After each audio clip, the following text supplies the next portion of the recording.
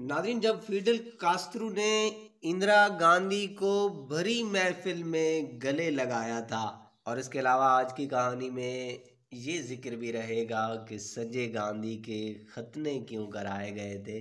और जाते जाते हम ये भी बताएंगे कि बगैर शोहर के इंदिरा गांधी हमला कैसे हुई थी।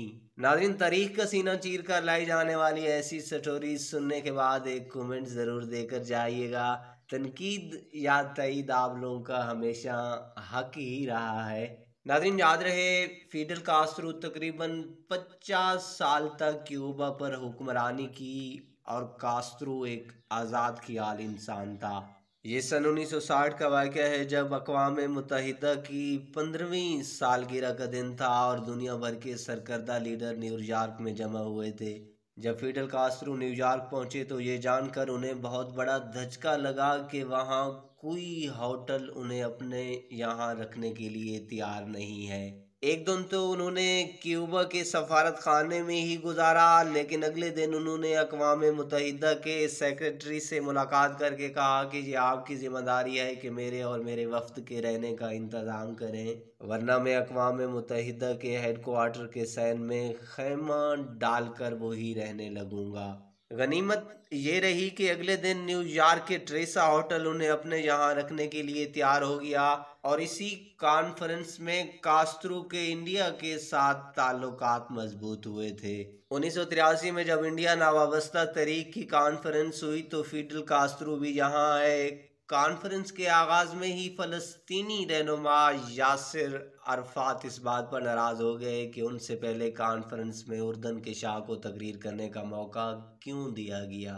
नाज़रीन, इस कॉन्फ्रेंस में सुबह के सेशन में फिडेल कास्त्रो सदर थे, जबकि बाद में इंदिरा गांधी उसी सेशन की सदर बन गई थी। नाज़रीन, तारीख बताती है कि यासिर अरफात इस कॉन्फ्रेंस में बहुत नाराज़ हुए थे और फौरी तौर पर अपने हवाई जहाज़ से वापस जाना चाहते थे। आखिरकार फिडेल कास्त्रो और इंदिरा गांधी ने फ़ोन करके यासिर अरफात को बुला लिया। फिडेल कास्त्रो ने यासिर अरफात से पूछा, आप इंदिरा गांधी को अपना दोस्त समझते हैं कि नहीं? अरफात ने कहा, दोस्त नहीं, वो मेरी बड़ी बहन है। इस पर कास्त्रो ने तपाक से कहा, तो फिर छोटे भाई की तरह बर्ताव करो और कॉन्फ्रेंस में शिरकत करो।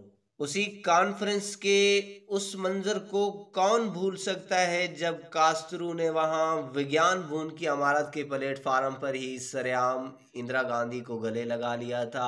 मरूफ सहाफ़ी साइद नकवी कहते हैं कि इंदिरा गांधी को फिडेल ने सीने से लगा लिया था। वो बिल्कुल एक शर्माती दुल्हन की तरह बन गई। उनकी समझ में ही नहीं आया कि क्या करें, लेकिन वो इंदिरा गांधी को नेहरू की बेटी के तौर पर देखते थे। नाज़रीन, इंदिरा गांधी के बारे में एक और तारीखी जिक्र भी करते चलें। तनकीद करने वाले तो तनकीद करते ही रहते हैं कि जाहिल, आपकी उर्दू ठीक नहीं है, तलफ़्फ़ुज़ ठीक नहीं है और आपको शर्म आनी चाहिए। अच्छा जी प्यारे व्यूअर्स, ये भी याद रखिएगा कि मैं यहाँ ग्रामर पढ़ाने नहीं आता। और यूं भी कहते हैं कि इंदिरा गांधी मर गई है, अब उसका जिक्र कैसा।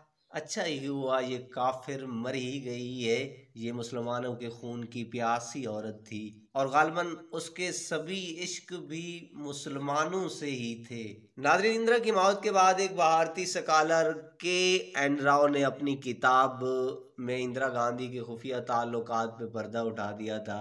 के एन राव के मुताबिक राजीव गांधी की पैदाइश के कुछ अरसा बाद इंदिरा गांधी और उसके खावंद फिरोज गांधी के दरमियान कुछ इख्तलाफात पैदा हो गए और दोनों अलहदा अलहदा रहने लगे।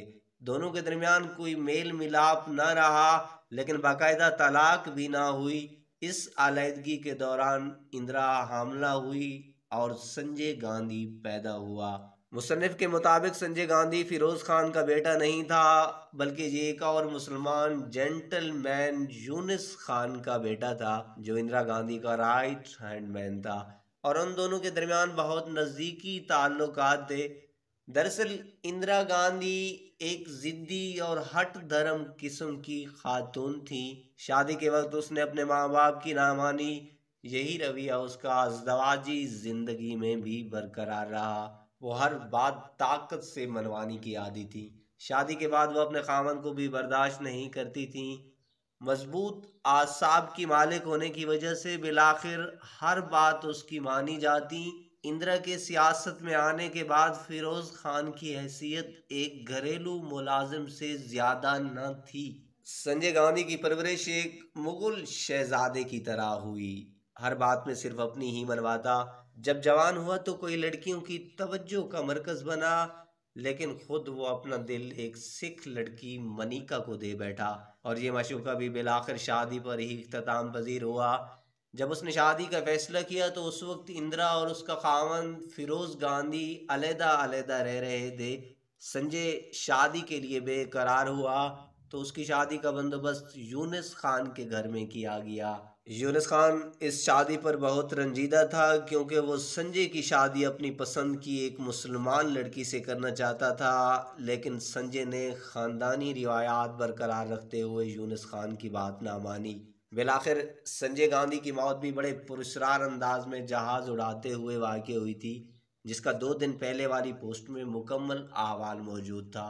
ناظرین، دلچسپ حقیقت یہ ہے کہ جب سنجے ہوائی حادثے میں مرا تو سب سے زیادہ غم یونس خان کو ہوا اور وہ دھاڑیں مار مار کر رویا۔ یونس خان اپنی ذاتی کتاب میں خود تحریر کرتا ہے کہ سنجے کے ختنے کرائے گئے تھے جو اسلامی روایات کا واضح ثبوت تھے۔